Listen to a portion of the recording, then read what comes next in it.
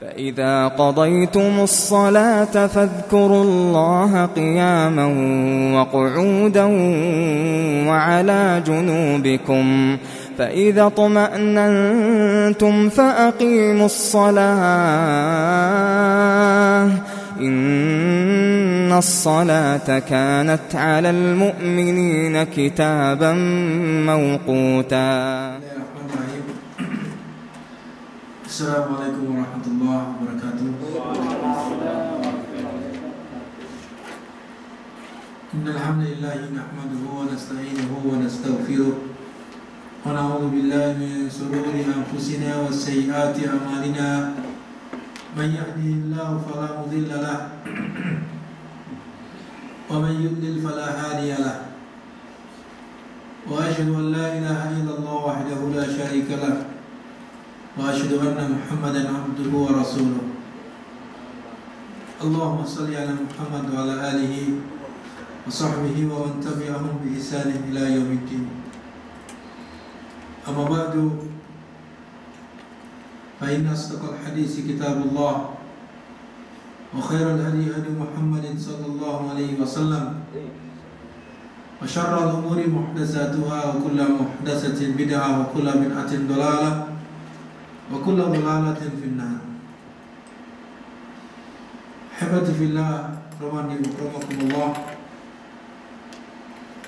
Pada pertemuan malam hari ini insyaallah kita akan melanjutkan kembali tentang pembahasan kita dari kitab Al-Wajiz fi Fiqh Sunnah wa Kitab Al-Aziz tentang Kitabus Shalah, di mana bahasan kita masih dalam kaitannya dengan sunanus salat, sunnah-sunnah salat, di mana pada pertemuan yang lalu telah kita sampaikan sebagiannya apa yang dimaksud dengan sunnah-sunnah salat di sini, di mana sunnah-sunnah salat terbagi menjadi dua bagian, yaitu sunnah-sunnah yang bersifat qauliyah dan sunnah-sunnah yang bersifat fi'liyah, yaitu sunnah-sunnah ucapan dan perbuatan. Ucapan dan perbuatan, di mana yang dimaksud dengan sunnah adalah perbuatan-perbuatan yang bukan bagian dari rukun di dalam salat, tidak pula termasuk wajib, yang ketika meninggalkannya tidak berakibat kepada batalnya sholat tersebut, baik disengaja ataupun tidak disengaja, ya, baik itu karena lupa ataupun tidak tahu, maka tidak apa-apa ditinggalkan. Kalau itu adalah terkait dengan sunnah di dalam sholat, hanya saja dia menyelisihi petunjuk Rasulullah SAW dan kurang dari sisi hayatus shalah. Ya, dari sisi hayatus shalah maka tidak sempurna, tidak sesuai dengan apa yang diperintahkan oleh Rasulullah SAW untuk diikuti. Hanya saja konsekuensi seseorang yang meninggalkan sunnah-sunnah tersebut, baik itu yang bersifat ya qauliyah ataupun fi'liyah, atau dia meninggalkannya dengan sengaja ataupun karena lupa atau karena tidak tahu bahwa itu sunnah, maka tidak berakibat kepada batalnya sholat tersebut dan tidak pula mewajibkannya untuk sujud sahwi. Hanya saja ketika dia meninggalkannya karena lupa, padahal dia biasa melakukannya, maka disunnahkan baginya untuk sujud sahwi. Seorang yang biasa melakukannya sunnah tersebut, akan tapi dia lupa di dalam meninggalkan sunnah tersebut, maka disunnahkan baginya untuk sujud sahwi. Kemudian selanjutnya, bahwa pertemuan yang lalu telah kita sampaikan tentang beberapa poin yang merupakan sunnah salat. Di antaranya adalah membaca doa al-istiftah. Membaca doa al-istiftah. Di antaranya adalah sebagaimana yang diriwayatkan oleh Abu Hurairah radhiyallahu anhu, bahwasanya beliau mengatakan, "Kana Rasulullah sallallahu alaihi wasallam idza kabbara fis shalah sakata hunayhatan qabla al-qira'ah. Ya. Salam. Bahwa Rasulullah sallallahu alaihi wasallam apabila bertakbir dalam salat, artinya apabila beliau setelah takbir, artinya takbiratul ihram dalam salatnya, maka beliau diam sebentar. Diam sebentar. Menurut Ibnu Qayyim rahimahullah dalam kitabnya Zadul Ma'ad, bahwasanya diam Rasulullah sallallahu alaihi wasallam ketika berdiri dalam salat ada dua tempat. Ya, ada dua tempat diam.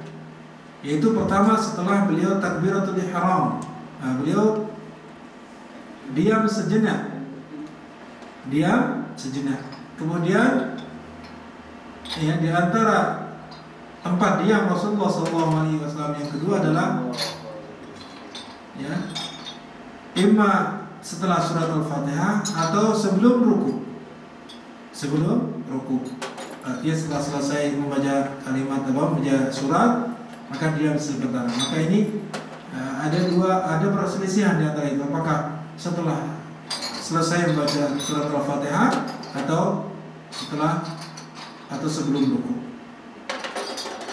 Nah, yang jelas bahwa di sana setelah Rasulullah SAW bertakbir takbiratul ihram, maka beliau ya diam sebentar.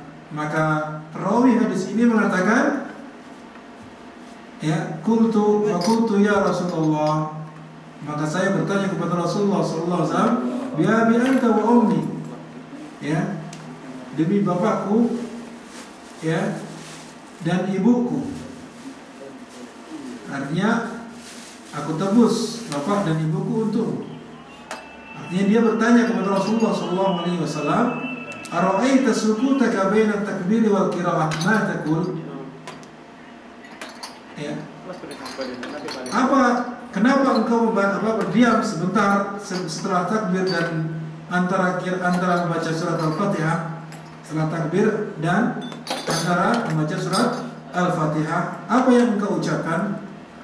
Maka Rasulullah sallallahu alaihi wasallam mengatakan, aqul Allahumma ba'id baini wa baina khataayaya kama ba'adta bainal masyriqi wal maghrib. Allahumma naqqini min khataayaya kama yunqqa as-sawbul abyadu minad danas. Allahumma ighsilni min khataayaya bil thalji wal ma'i wal barad. Ini adalah salah satu bentuk doa istiftah yang diriwayatkan oleh jalur sahabat Abu Hurairah, di mana hadis tersebut adalah hadis yang disepakati kesahihannya oleh Imam Bukhari dan Muslim, atau disebut dengan muttafaq alaih. Di sana ada hadis-hadis yang lain yang menunjukkan tentang doa istiftah yang dibaca oleh Rasulullah SAW. Di antaranya adalah doa atau doa bacaan istiftah, Subhanakallahumma wa bihamdika wa tabaraka asmuka wa ta'ala jadduka wa la ilaha ghairuka. Demikian pula dalam hadis yang lain disebutkan di antara bacaannya adalah apa? Ya, wajjahtu wajhiya lilladzi fatara as-samawati wal arda hanifan musliman wa ma ana minal musyrikin. Inna salati wa nusuki wa mahyaya wa mamati lillahi rabbil alamin. Ya, dan seterusnya. Ini adalah apa? Ini doa istiftah. Ini doa istiftah. Kita boleh memilih atau bervariasi. Kalau tiga-tiganya tidak dibolehkan, ya. Hanya kita baca satu saja, salah satu saja dari doa-doa atau istiftah tersebut. Ima kita membaca Allahumma ba'id baini dan seterusnya, atau kita membaca Subhanakallahumma wa bihamdika wa tabaraka asmuka wa ta'ala jadduka wa ilaha ghairuka, atau membaca wajjahtu wajhiya tadi. Boleh digabung. Ya, di sini tidak ada riwayat yang menjelaskan tentang penggabungan doa-doa tadi. Ya, tidak ada riwayat yang, karena apa? Karena Rasulullah SAW diamnya hanya sebentar. Ya, kalau menggabungkan niscaya apa? Niscaya akan membaca panjang. Nah, ini menunjukkan bahwasanya Rasulullah SAW hanya membaca salah satu dari doa atau bacaan istiftah tersebut. Kemudian ikhwatal iman azanallahu wa iyyakum, berkaitan dengan masalah afdaliyah, pada pertemuan yang lalu sudah kita singgung tentang afdaliyah di mana Syekhul Islam Ibnu Taimiyah rahimahullah mengatakan bahwasanya zikir apabila kita ucapkan itu yang paling afdal adalah yang di mana di dalamnya menyebut pujian, ya, pujian kepada Allah Subhanahu wa taala. Berarti di sini kalau kita melihat ketiga bentuk tadi adalah yang paling afdal untuk dibaca adalah subhanakallahumma wa bihamdika wa tabarakasmuka wa ta'ala jadduka wa la ilaha ghairuka, karena semuanya adalah pujian. Adapun bentuk yang kedua adalah sesuatu yang merupakan apa? Pengakuan seorang hamba di hadapan Allah Subhanahu wa taala. Ini tidak lain adalah kandungan yang terdapat dalam bacaan wajjahtu wajhiya lilladzi fatara as-samawati wal ardh.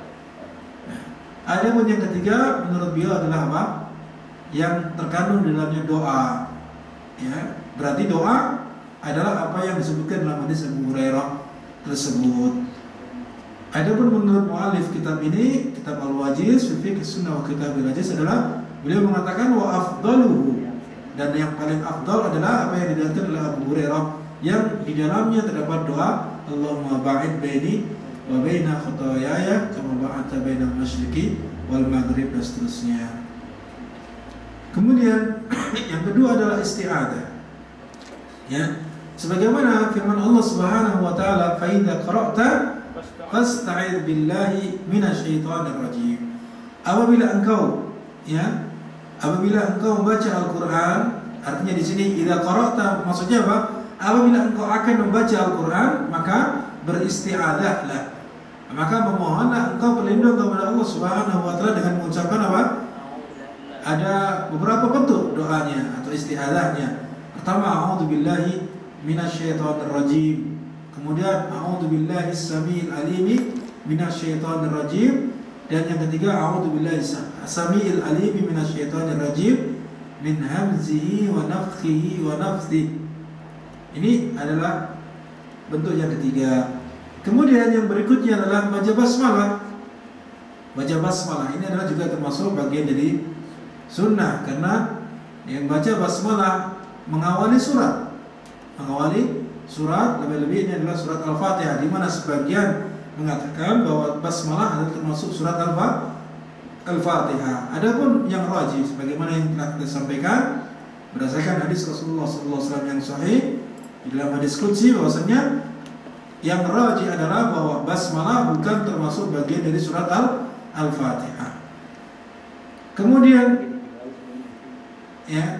yang biasa dilakukan oleh Rasulullah SAW adalah tidak menjaharkan basmalah tersebut. Adapun sesekali maka dibolehkan, sesekali maka tidak mengapa menjaharkan basmalah tersebut. Allahu a'lam bishawab. Kemudian selanjutnya ikhwatul iman, azza wa iyyakum, yang ketiga adalah terkait dengan masalah, atau keempat ya disebutkan kalau basmalah termasuk bagian dari setelah isti'adzah, maka yang ketiga termasuk bagian sunnah salat adalah at-ta'min, mengucapkan amin. Ya, di mana dari Wa'il ibn Hujr radhiyallahu anhu bahwasanya beliau mengatakan kana Rasulullah sallallahu alaihi wasallam idza qara waladdallin, ya, di akhir surat Al-Fatihah, ketika Rasulullah sallallahu alaihi wasallam membaca waladdallin, maka beliau mengucapkan qala amin, amin wa rafa'a biha sawtahu, di mana beliau mengeraskan suara amin tersebut. Wa rafa'a biha sawtahu, di mana Rasulullah SAW mengucapkan amin dengan dikeraskan suaranya, diangkat suaranya. Nah, kemudian disebutkan dalam hadis Abu Hurairah bahwa anna Rasulullah SAW qala idza ammana al-imamu fa'aminu, apabila imam mengucapkan amin maka ucapkanlah amin. Idza ammana al-imam, apabila imam mengucapkan amin maka ucapkanlah amin. Akan tapi bukan berarti di sini setelah kita mendengar imam mengucapkan amin selesai, tidak. Akan tapi apa? Ketika imam membaca selesai membaca waladdallin, maka sambutlah dengan membaca apa? Amin. Di mana Rasulullah SAW juga melanjutkan dalam hadis tersebut, fa inna man wafaqa ta'minuhu ta'minal malaika ghufira lahu ma taqaddama min dzambi. Ini adalah hadis yang muttafaq alaih. Ya, sungguhnya bahwa barang siapa yang ucapan aminnya bertepatan dengan ucapan amin para malaikat, maka dia akan diampuni dosa-dosa yang telah lalu. Maka ketika kita mendengar bacaan imam waladhdallin, maka langsung kita mengucapkan amin agar ucapan amin kita bertepatan dengan ucapan para malaikat, sehingga kita mendapatkan keutamaan membaca amin tersebut, yaitu akan diampuni dosa-dosa kita yang telah lalu. Itu pengucapan amin yang makna apa? Amin adalah ucapan yang sifatnya kita mendoakan, berdoa. Artinya Allahumma stajib. Arti amin adalah Allahumma stajib, ya Allah kabulkanlah. Karena di dalam bacaan surat Al-Fatihah adalah semuanya doa. Yang surat Al-Fatihah itu walaupun bentuknya ayat, akan tapi kandungan di dalamnya adalah doa. Maka kita dianjurkan oleh Rasulullah SAW untuk mengucapkan apa? Amin. Di segala tempat lah istilahnya, setelah kita mendengarkan surat Al-Fatihah kita bilang amin. Nah, baik itu di dalam salat ataupun di luar salat. Akan tapi di sini yang zahir adalah dalam hadis-hadis tersebut yang paling ditekankan adalah ketika kita membaca ketika di dalam salat. Kemudian ikhwatul iman, a'azzallahu wa iyyakum, ya. Yang selanjutnya di antara sunnah salat adalah al-qiraah ba'dal Fatihah. Al-qiraah ba'dal Fatihah. Maksudnya membaca surat ataupun ayat setelah surat Al-Fatihah. Ini juga bagian dari sunnah. Disebutkan dari Abu Qatadah, beliau mengatakan, kana Nabi sallallahu alaihi wasallam yaqra'u fi rak'ataini al-ulayaini min salati adh-dhuhr bi Fatihatil Kitab wa surataini yutawwilu fil ula wa yuqassiru fil thaniyah. Ya. Di mana Nabi sallallahu alaihi wasallam membaca, ya, di rakaat yang pertama, di dua rakaat yang pertama, artinya pada salat zuhur, ya, di dua rakaat yang pertama pada salat zuhur 4 rakaat, ya. Dua yang pertama beliau membaca apa? Membaca bi Fatihatul Kitab dengan surat Al-Fatihah. Wa surataini yutawwilu fil ula wa yuqassiru fis tsaniyah. Kemudian beliau membaca 2 surat setelah Al-Fatihah, maksudnya rakaat pertama 1 surat, rakaat kedua 1 surat. Di mana rakaat pertama adalah lebih panjang daripada rakaat yang kedua. Ini di antara sunnahnya, artinya apa? Ketika kita membaca surat di rakaat pertama pada salat zuhur adalah lebih panjang sedikit. Ya, lebih panjang, kemudian rakaat kedua lebih pendek daripada yang pertama. Kita pilih surat-surat yang sifatnya, ya, agar lebih panjang, kemudian lebih akan tapi yang berurutan, karena disunnahkan untuk berurutan sebagaimana apa yang diurutkan di dalam Al-Quran. Walaupun boleh kita mengambil surat ini kemudian surat yang depannya boleh, akan tapi apa lebih utama sesuai dengan urutan Al-Quran. Kemudian disebutkan wa yusmi'ul ayah ahyanan, wa yusmi'ul ayah ahyanan, dan beliau sesekali terkadang beliau mengeraskan atau memperdengarkan bacaan ayatnya. Sesekali, ya, di dalam salat sir tersebut, di dalam salat yang sir, salat zuhur dan salat asar adalah salat yang sir. Artinya bacaannya tidak dikeraskan, akan tapi sesekali Rasulullah SAW memperdengarkan bacaan ayatnya. Ini menunjukkan Rasulullah SAW setelah membaca surat Al-Fatihah, beliau membaca surat yang lainnya. Karena beliau sesekali memperdengarkan bacaan ayat yang beliau baca. Wa kana yaqra'u fil 'ashri bi Fatihatil Kitab wa surataini wa kana yutawwilu fil rak'atil ula min salatis subhi wa yuqassiru fis tsaniyah. Ya. Demikian pula ikhwatul iman bahwa beliau sallallahu alaihi wasallam baca pada salat asar dengan membaca surat Al-Fatihah, kemudian membaca 2 surat, artinya seperti pada salat zuhur. Ya, pada salat zuhur. Wa kana yutawwilu fil rak'ah al-ula min salatis subh wa yuqassiru fis tsaniyah. Demikian pula beliau lakukan pada salat subuh. pada sholat subuh bahwa beliau memanjangkan pada rakaat pertama dengan bacaan surat yang panjang, adapun setelah rakaat kedua maka beliau membaca apa? Bacaan yang pendek.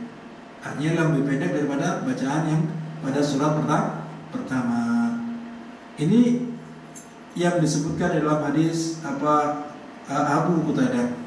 Demikian pula beliau mengatakan, Abu Qatadah mengatakan, karena Nabi sallallahu alaihi wasallam yaqra'u fi rak'ataini al-ulayaini min adh-dhuhri wal 'asri bi Fatihatil Kitab wa suratin wa yusmi'una al-aya ahyanan wa yaqra'u fi rak'ataini al-ukhrayaini bi Fatihatil Kitab. Di dalam riwayat yang lain dari jalur Abu Qatadah juga bahwasanya ya Nabi sallallahu alaihi wasallam membaca pada dua rakaat yang pertama pada salat zuhur dan asar dengan surat Al-Fatihah. Kemudian ditambah dengan satu surat. Dengan ditambah satu surat. Artinya apa? Satu surat ini dibagi menjadi dua. Ya, satu surat tersebut dibagi menjadi dua pada apa? Nah, atau apa bisa jadi ya? Sesekali kita baca satu surat boleh. Atau satu surat dibagi menjadi dua rakaat itu juga boleh. Atau dalam satu rakaat kita boleh pula membaca lebih dari satu surat. Ya, dalam satu rakaat kita boleh membaca lebih dari satu surat. Boleh pula kita membaca satu surat saja, atau kita bagi satu surat tersebut dalam dua rakaat. Kemudian disebutkan bahwa yusmi'una al-aya ahyanan, dan beliau memperdengarkan ayat yang beliau baca sesekali. Wa yaqra'u fi rak'ataini al-ukhrayaini bi Fatihatil Kitab. Adapun pada dua rakaat yang terakhir dari salat zuhur dan salat asar, maka beliau hanya membaca surat Al-Fatihah.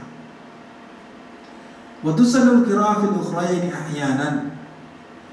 Kemudian disunahkan sesekali bahwasanya boleh seseorang membaca di dua rakaat terakhir pada sholat zuhur ataupun sholat asar dengan membaca surat setelah Al-Fatihah. Ini boleh, tidak berdosa atau tidak menjadikan batal sholatnya, bahkan dikatakan sunnah, sebagaimana hadis Abi Sa'id Al-Khudri radhiyallahu anhu bahwasanya beliau mengatakan anna Nabi sallallahu alaihi wasallam kana yaqra'u fi sholati dhuhri fi rak'ataini al-ulayaini min fi kulli rak'atin qadra 30 ayah wa fil ukhrayaini qadra 15 ayah atau qala nisfa dhalik wa fil asri fi rak'ataini al-ulayaini fi kulli rak'atin qadra qira'atin 15 ayah wa fil ukhrayaini qadra nisfi dhalik.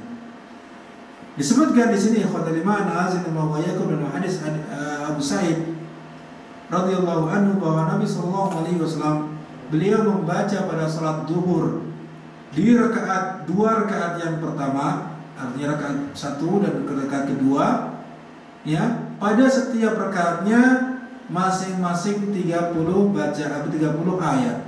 Perkiraan kurang lebih 30 ayat. Adapun di dua rakaat terakhir, artinya rakaat ketiga dan keempat, beliau membaca kurang lebih 15 ayat, artinya separuhnya. Au qala nisfa dzalik, atau beliau mengatakan separuhnya, setengahnya, artinya setengah dari dua rakaat yang pertama. Wa fil asri, adapun pada salat asar, fi rak'ataini al-ulayaini, pada dua rakaat yang pertama, artinya rakaat yang pertama dan rakaat kedua, pada setiap rakaatnya beliau membaca 15 ayat. 15 ayat, artinya salat asar lebih pendek daripada salat zuhur. Jadi kalau misalkan disebutkan tadi pada salat zuhur pada rakaat pertama dan rakaat kedua 30 ayat, maka pada rakaat pertama dan kedua salat asar 15 ayat. Demikian. Wa fil ukhrayaini qadra nisfi dzalik. Adapun pada dua rakaat yang terakhir, rakaat ketiga dan keempat, separuhnya lagi. Ini hadis ini menunjukkan bahwa pada sholat zuhur dan asar boleh sesekali seseorang membaca surat selain Al-Fatihah. berdasarkan hadis tersebut. Ya, berdasarkan hadis tersebut. Secara global bahwa sholat zuhur dan sholat asar, ya, pertama pada rakaat dan pertama dan kedua disunnahkan membaca surat selain surat Al-Fatihah. Dan sesekali boleh kita membaca pada rakaat ketiga dan keempat ditambah dengan surat selain Al-Fatihah. Akan tapi sesekali, tidak sering-sering begitu. Sebagaimana diungkapkan di sini ahyanan. Kemudian kalau pada salat zuhur bacaannya agak sedikit panjang, misalkan sampai 30 ayat, maka pada salat asar separuhnya. Kurang lebih bacaan yang kita baca adalah separuhnya. Ya, barangkali misalkan kita membaca pada salat zuhur wasyamsi waduhaha misalkan, maka pada salat asar kita membaca misalkan panjang, misalkan kita pada sholat zuhur kita membaca abasa wa tawalla, maka pada sholat zuhur kita membaca wadduha, sholat asar kita membaca wadduha atau mungkin wattini, begitu yang sekiranya separuhnya, begitu. Kalau yang suratnya pendek, maka antara zuhur dengan asar maka kurang lebih disamakan. Misalkan membaca wasyamsi wadduha, maka pada sholat asar, ya, yang ayat-ayatnya sekiranya sama dengan itu. Misalkan membaca wal-laili idza yaghsha, ya, wal-laili idza yaghsha dan seterusnya. Ya. Ini petunjuk Rasulullah SAW. Demikian pula apa yang diungkapkan oleh Ibnu Qayyim rahimahullah di dalam kitab Zadul Ma'adnya. Kemudian mu'alif mengatakan wasunnatu an yajhara bil qiraati fi salati subhi. Dan sunnah untuk mengeraskan bacaan pada sholat subuh. Ya, wa fil ulayaini minal maghrib wal isya, dan 2 rakaat yang pertama pada sholat maghrib dan isya. Ini disunahkan jahar, dikeraskan bacaannya pada sholat fardu, yaitu sholat subuh, sholat maghrib dan sholat isya. Wa an yusirra biha fi dhuhri wal asr, dan dilirihkan bacaannya pada salat zuhur dan asar. Wa tsalisati minal maghrib, kemudian pada rakaat ketiga dalam salat maghrib. Wal ukhrayaini minal isya, dan 2 rakaat terakhir pada salat isya. Sekali lagi, sunnah hukumnya mengeraskan bacaan surat Al-Fatihah dan surat yang lain setelah surat Al-Fatihah pada sholat subuh, kemudian 2 rakaat yang pertama sholat maghrib, dan 2 rakaat pertama pada sholat isya. Adapun selain itu maka dipelankan. Kemudian ikhwatul iman a'azinillahu wa iyyakum, berkaitan dengan masalah bacaan yang kita baca. Maka pada umumnya Rasulullah SAW membaca pada sholat subuh adalah ayat-ayat yang tiwalul mufassal, karena dalam Al-Quran itu ada ayat-ayat yang mufassal, istilahnya ayat-ayat yang mufassal. Ada mufassal ini terbagi menjadi 3, tiwal, kemudian ausat, kemudian yang terakhir adalah qisar. Ya, tiwal, kemudian ausat, kemudian yang terakhir adalah qisar. Tiwalul mufassal adalah bacaan dari surat Qaf, ya, surat Qaf hingga surat An-Naba, ya. Kemudian ausatul mufassal adalah dari An-Naba hingga surat Ad-Duha, sebelum Ad-Duha. Kemudian yang terakhir adalah yang disebut dengan qisar, yang pendek adalah apa? Dari Ad-Duha hingga An-Nas. Disebut al-mufassal karena ayatnya adalah terpisah-pisah sedikit-sedikit, tidak panjang-panjang seperti surat Al-Baqarah, surat Al-Imran, surat An-Nisa. Kita lihat di sana apa? Ayat yang satu dengan yang lain batasannya, pemisahnya adalah panjang-panjang. Adapun yang kita lihat pada surat-surat tadi, surat Qaf dan seterusnya hingga An-Nas, maka ayatnya adalah pendek-pendek. Ayatnya pendek-pendek. Maka ikhwatul iman azanallahu wa iyyakum, salat subuh yang biasa dilakukan Rasulullah SAW adalah beliau membaca tiwalul mufassal dari surat Qaf hingga apa? Hingga sebelum An-Naba. Nah itu. Jadi di antara surat-surat tersebut beliau mengambilnya. Biasanya membaca surat, bisa jadi beliau membaca surat Qaf itu sendiri, membaca surat At-Tur ataupun yang lainnya. Ya, itu yang dibaca oleh Rasulullah Sallallahu Alaihi Wasallam. Kemudian yang kisah apa? Ausatul Mufassal, yang tengah-tengah antara An-Naba hingga sebelum Ad-Duha. Maka beliau membacanya ini pada salat Isya, pada salat Asar, apa salat Duhur dan salat Asar. Beliau membacanya pada salat apa? Salat Asar, Az-Zuhur, Asar dan Isya. Adapun yang Qisar Mufassal adalah beliau membaca pada salat Maghrib. Pada salat Maghrib beliau membaca Ad-Duha hingga akhir. Itu surat yang pendek-pendek. Nah ini yang biasa pada umumnya yang dibaca oleh Rasulullah Sallallahu Alaihi Wasallam. Walaupun ada riwayat yang mengatakan, yang menyebutkan bahwasanya Rasulullah pernah membaca pada surat Maghrib dengan di rakaat pertama dengan surat At-Tur, ya, di mana Rasulullah SAW membaca pada rakaat pertama dengan surat At-Tur. Maka ini bukan berarti kita membaca selain dari apa-apa yang telah kita sebutkan tadi dilarang, tidak, ya. Tidak mengapa kita membaca dari surat-surat yang lain. Akan tapi pada umumnya sunnahnya Rasulullah SAW membaca surat-surat yang sudah kita sebutkan tersebut tadi.